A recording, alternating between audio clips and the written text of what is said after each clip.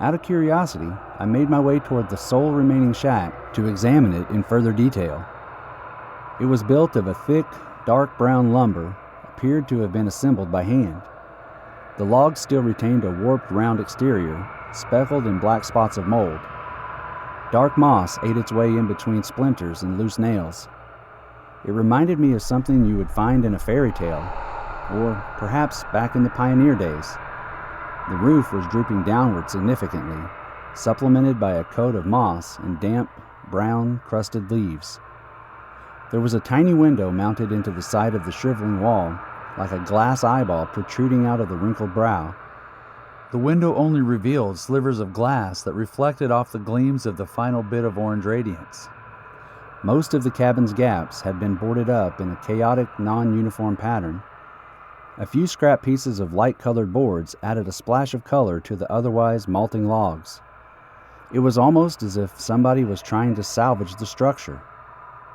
I hiked up the small mountain of damp foliage until I came eye to eye with the window.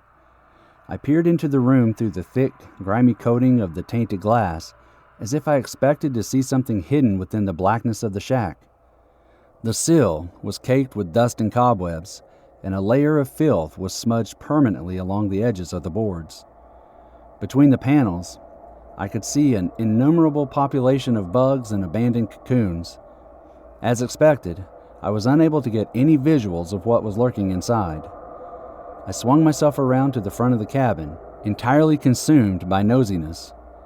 Cautiously, I stepped up onto the porch steps and paused for a moment, allowing the moan of the boards to slowly release from beneath me. I assessed its durability briefly. Each stair felt as if it were ready to collapse at the most unexpected moment. I thought about how my leg would be forced down into a sunken mud hole, left for the consumption by whatever lived beneath. There wouldn't be but a 2-second allowance for making any sort of shout.